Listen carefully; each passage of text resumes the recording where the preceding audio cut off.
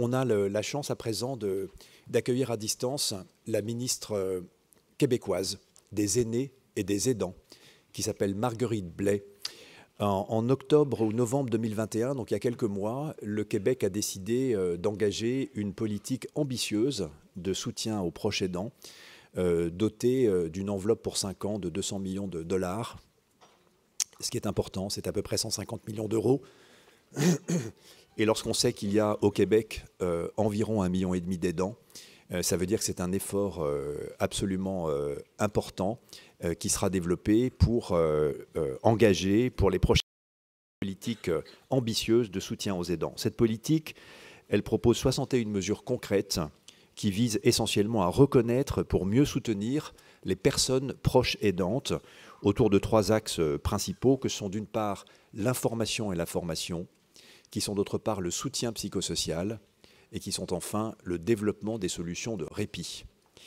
Elle a bien voulu, avec son équipe, avec qui on a pu échanger ces dernières semaines, la ministre Marguerite Blais a bien voulu partager avec nous sur sa vision de la place des aidants dans la société et sur les projets qu'elle porte au sein du gouvernement québécois. Je vous propose en introduction de cette journée de l'écouter.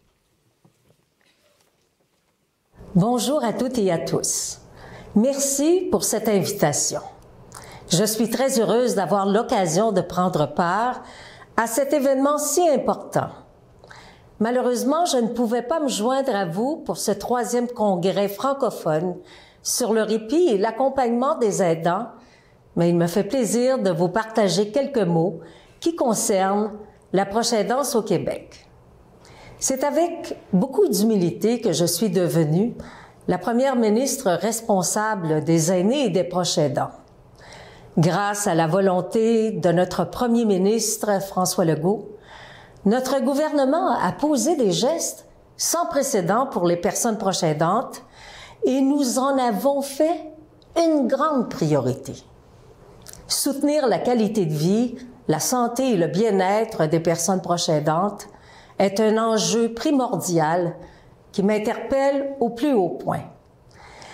Les défis que vivent quotidiennement les personnes proches aidantes sont aussi une réalité que j'ai personnellement vécue. Lorsque j'ai amorcé mon mandat avec la coalition Avenir Québec en 2018, je me suis engagée à déployer tous les efforts possibles pour que l'on puisse enfin les reconnaître et leur offrir du soutien. C'est donc un privilège pour moi de vous présenter une grande partie du travail qui a été accompli au cours des dernières années en ce sens. Voici quelques faits intéressants. 4 personnes proches aidantes sur 10 considèrent ne pas avoir le choix d'assumer cette responsabilité. 7 personnes proches aidantes sur 10 affirment éprouver une certaine détresse dans l'accomplissement de leur rôle.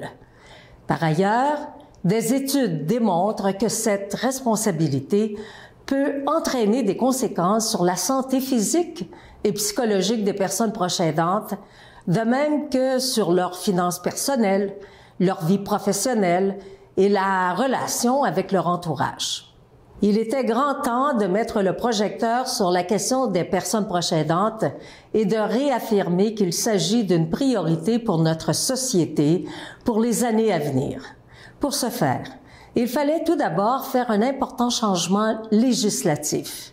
Après de nombreuses consultations et d'importants travaux, notre gouvernement a adopté en octobre 2020 la toute première loi dédiée aux personnes proches aidantes dans l'histoire du Québec. Je suis particulièrement fière de cette réalisation.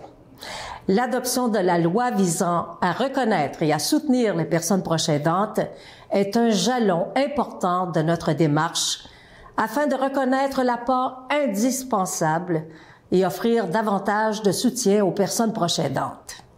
Cette loi nous permet de s'assurer que, nonobstant le gouvernement en place, l'apport des personnes proches aidantes soit toujours reconnu. Plusieurs éléments concrets prévus dans la loi, notamment l'adoption d'une politique nationale pour les personnes proches aidantes et l'adoption d'un plan d'action gouvernemental, ont été réalisés par notre gouvernement. La politique nationale pour les personnes proches aidantes a été présentée en avril 2021. Ainsi, elle découle de la loi et vient concrétiser nos engagements. Elle a pour objectif de mieux répondre aux besoins diversifiés de ces personnes, et ce, sans égard à l'âge ou à la nature de l'incapacité des personnes qu'elles soutiennent. Elle répond également à la nécessité que le soutien offert s'inscrive dans une approche globale qui considère comme essentiels tous les aspects de la vie des personnes proches aidantes. On trouve dans cette politique plusieurs grands principes directeurs comme la reconnaissance de chaque personne proche aidante comme une personne à part entière qui doit être traitée avec dignité et sollicitude dans un souci de bientraitance, la préservation de la santé et de son bien-être, la reconnaissance de l'expérience et du savoir de la personne proche aidante et de la personne aidée, le respect de la volonté et des capacités de la personne proche aidante quant à la nature et à l'ampleur de son engagement, la considération des partenariats entre les ministères, les organismes gouvernementaux et les organismes communautaires. Plus récemment, en octobre dernier, nous avons lancé le plan d'action gouvernemental pour les personnes proches aidantes 2021-2026 qui s'intitule « Reconnaître pour mieux soutenir », qui représente la suite logique des efforts amorcés.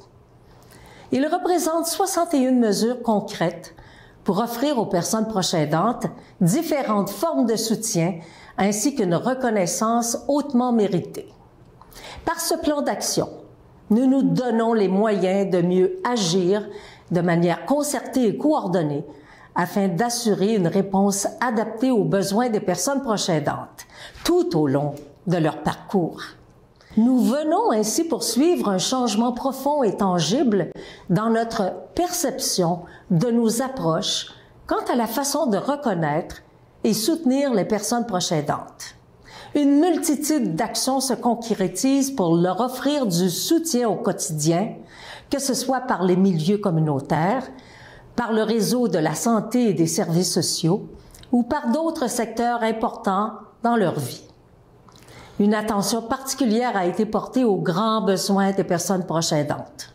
Ainsi, plusieurs mesures répondent à leurs besoins d'information ou de formation, de soutien psychosocial et de répit. D'ailleurs, je sais que le répit est au cœur de vos échanges à l'occasion de ce congrès. C'est également un volet qui me touche beaucoup et que je considère comme très, très important. Les services de répit sont ceux qui répondent le mieux aux besoins exprimés par les personnes proches aidantes.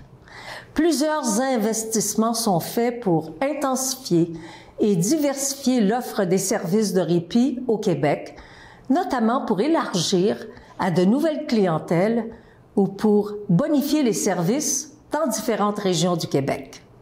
En bref, au cours des dernières années, le Québec s'est vraiment donné comme priorité de renforcer la reconnaissance et l'auto-reconnaissance des personnes proches aidantes et de favoriser l'équilibre entre leur rôle et les sphères de leur vie privée.